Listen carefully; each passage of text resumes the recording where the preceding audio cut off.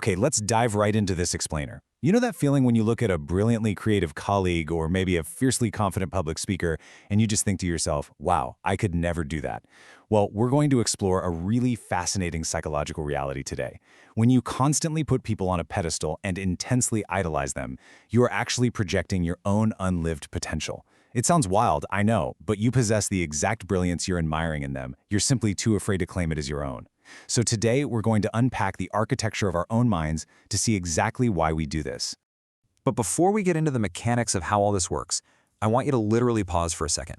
Be brutally honest with yourself. Who do you admire the most right now? Name the specific person you quietly envy or constantly praise in your head. Got them? Okay, now ask yourself, what is the exact trait they have that you secretly wish you possessed? Hold on to that thought, because what we're about to uncover about that specific trait is going to permanently change how you look in the mirror. You see, you experience this phenomenon constantly. Honestly, we all do. We encounter people who mesmerize us from afar, and it leads us to believe that they just possess a magical spark that we were born without. But this is highly transactional.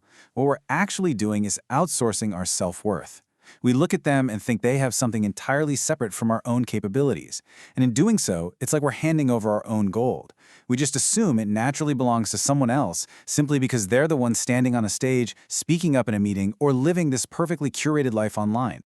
Think about the qualities we constantly idolize. We're talking about things like effortless confidence, unapologetic creativity, a commanding presence, or just extraordinary talent and remarkable bravery. When you witness someone displaying these traits and you seek their approval, your intense admiration feels completely objective, right? You genuinely believe you're just sitting back and evaluating their inherent greatness as an impartial observer. You think, wow, they're just naturally that commanding.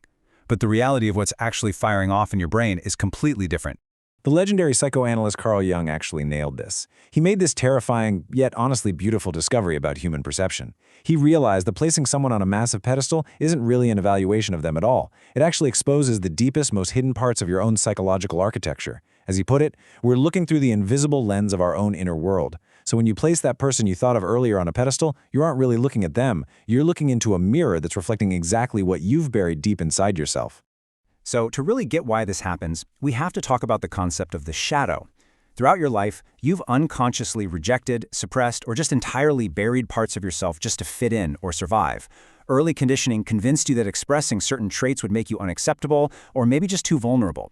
For example, maybe you were told that being loud meant you were obnoxious, so you entirely buried your commanding voice. You pushed those traits away into the dark, building what Jung famously called the shadow. But here is the massive secret about the shadow that most people completely misunderstand. We hear all the time about projecting our toxic traits. That's the dark shadow, the place that holds our malice and our harmful behaviors. But there's also the bright shadow. You see, you don't just project your toxic traits onto others. You actually project your unacknowledged strength, your creativity, your unlived potential, and your deepest desires.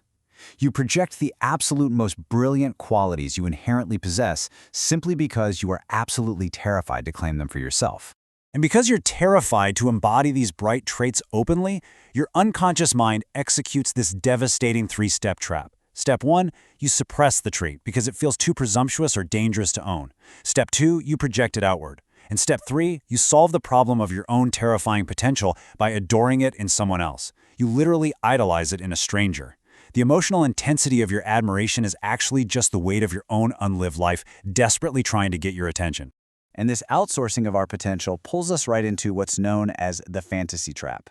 When you're projecting your bright shadow, you start relating to the fantasy of who someone could become rather than who they actually are. You see potential in someone and you just cling to it. Jung was super emphatic that this is pure projection. You're seeing a story you desperately need to be true, because accepting reality would require you to stop outsourcing your own greatness. It would require you to actually step up and make the difficult, uncomfortable decisions you just aren't ready to make yet. To put into perspective just how massive this phenomenon is, think about internet culture for a second. We are talking about millions of people spending billions of hours, literally billions, forming these massive stan armies online. They fiercely defend and obsess over the brilliance of celebrities they have never even met. They genuinely think they're just being fiercely loyal fans of someone else's extraordinary talent, dedicating huge portions of their lives to uplifting a total stranger's persona. But in reality, pop culture functions as this massive interactive shadow projection machine. These intensely loyal fans are really just outsourcing their own repressed brilliance and unlived potential. We take all the gold we're too afraid to wear ourselves and we package it conveniently in someone else's username. We end up worshiping at the altar of strangers instead of actually doing the work to cultivate our own gifts. So, how do we fix this? How do we achieve genuine psychological sovereignty? Well, it starts with understanding the mirror effect.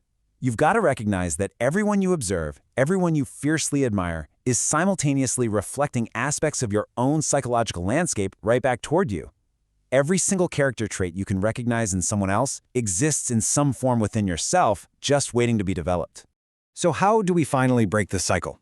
The next time you feel this intense, overwhelming admiration for someone's artistic genius or their commanding voice, you have to stop using it as an excuse to play small. Instead, you've got to ask yourself this one terrifying question. Where does this exact trait live inside of me?